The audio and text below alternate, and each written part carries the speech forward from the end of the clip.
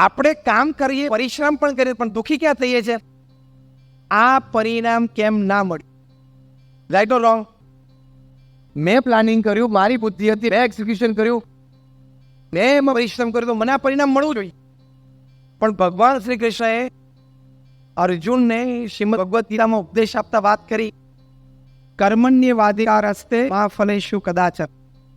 શું કહ્યું એમને? કે કર્મ કરવું એ તારું ફરજ છે, અધિકાર છે, કર. પણ ભગવાન શ્રી કૃષ્ણે શું કહ્યું? કે ફળ હું નક્કી, એટલે કે ભગવાન નક્કી કર. કારણ કે આ વાત હું તમને પ્રેક્ટિકલી સમજાવું. હું 2 પ્રશ્ન પૂછીશ, ને 2 પ્રશ્નમાં તમે બધા હા પાડશો, કોઈ ના નહીં પાડી. તમને પણ લોજિકલી તર્કથી આ લોક સમજાશે. પહેલો પ્રશ્ન, તમને બધાનો અનુભવ હશે કે કોઈ કાર્ય માટે કોઈક વખત તમે ખૂબ સારું વિચાર્યું, ખૂબ સારું આયોજન કર્યું, સારો પુરુષાર્થ કર્યો, યોગ્ય વ્યક્તિઓ પણ તમારી સાથે હતા, મટીરિયલ, મેન, મની, રિસોર્સિસ જે અંદર મૂકવાના તે પણ તમે મૂક્યા, છતાં પણ ધારી સફળતા ન મળી, સફળતા ઓછી પણ મળી, અને કોઈક વખત નિષ્ફળ પણ ગયા. હા કે ના? હા કે તો આંગળી ઊંચી કરો. આપણે બધાને અનુભવ છે.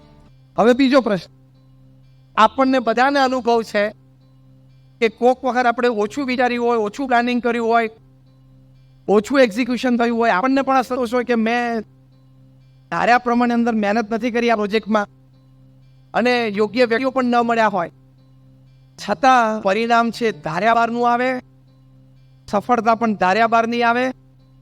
હા કે ના? તો કોઈ દિવસ આ શાંતિથી વિચાર્યું છે કે આ કેમ થાય છે?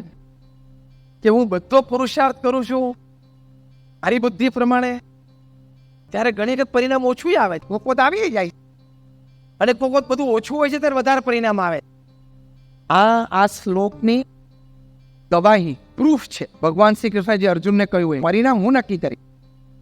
કારણ કે 10 ફેક્ટર એવા હોય કે જે સફળતા નક્કી કરતા હોય, તો સામે 10 ફેક્ટર એવા છે જે તમારા પ્રોજેક્ટને નેગેટિવલી ઇફેક્ટ કરે છે, જે આપણા હાથની વાત નથી. તો પછી પરિશ્રમ અને કાર્યમાં સફળતા તો મળે છે, પણ સુખી થવા માટે આ વિચાર બહુ સ્પષ્ટ છે. મારી જવાબદારી એ છે કે મારે મારી બુદ્ધિ, શક્તિ, આવડત પ્રમાણે પુરુષાર્થ કરી લેવાનો, પછી પરિણામ ભગવાનની ઈચ્છા. અમને મોટામાં મોટો શબ્દ આપવામાં આવ્યો છે, ભગવાનની ઈચ્છા. એટલે બહુ જ મોટી વાત છે. અને હકીકત આપણું કર્તવ્ય, અથવા તો કર્તવ્ય કરતા શબ્દ આપણી ઓટ કેટલી છે, એ બુદ્ધિ, શક્તિ, આવડત ભગવાને આપી હોય, ને કદાચ પુરુષાર્થથી થોડી વધારે કેળવી હોય, એ બધી મૂકીને આપણે આપણા કાર્યક્ષેત્રમાં પુરુષાર્થ કરી લે. પરિણામ તો ભગવાન નક્કી કરે છે. એ સમજણ હશે ને તો તમે સુખી કાર્ય કરતા કરતા પણ રહી શકો. નહીં તો રોજ દુઃખી થશો. રોજ એટલે પ્રેક્ટિકલી રોજ. હા, એવરી ઇવનિંગ સાંજે તમને એમ થશે કે આ નથી થતું, આ નથી થતું, એમ નથી થતું. એમાં 2 જ વાત, કાલ સવારે પણ હું આની માટે પ્રયત્ન કરીશ, અને હું આશાહીન થઈશ નહીં.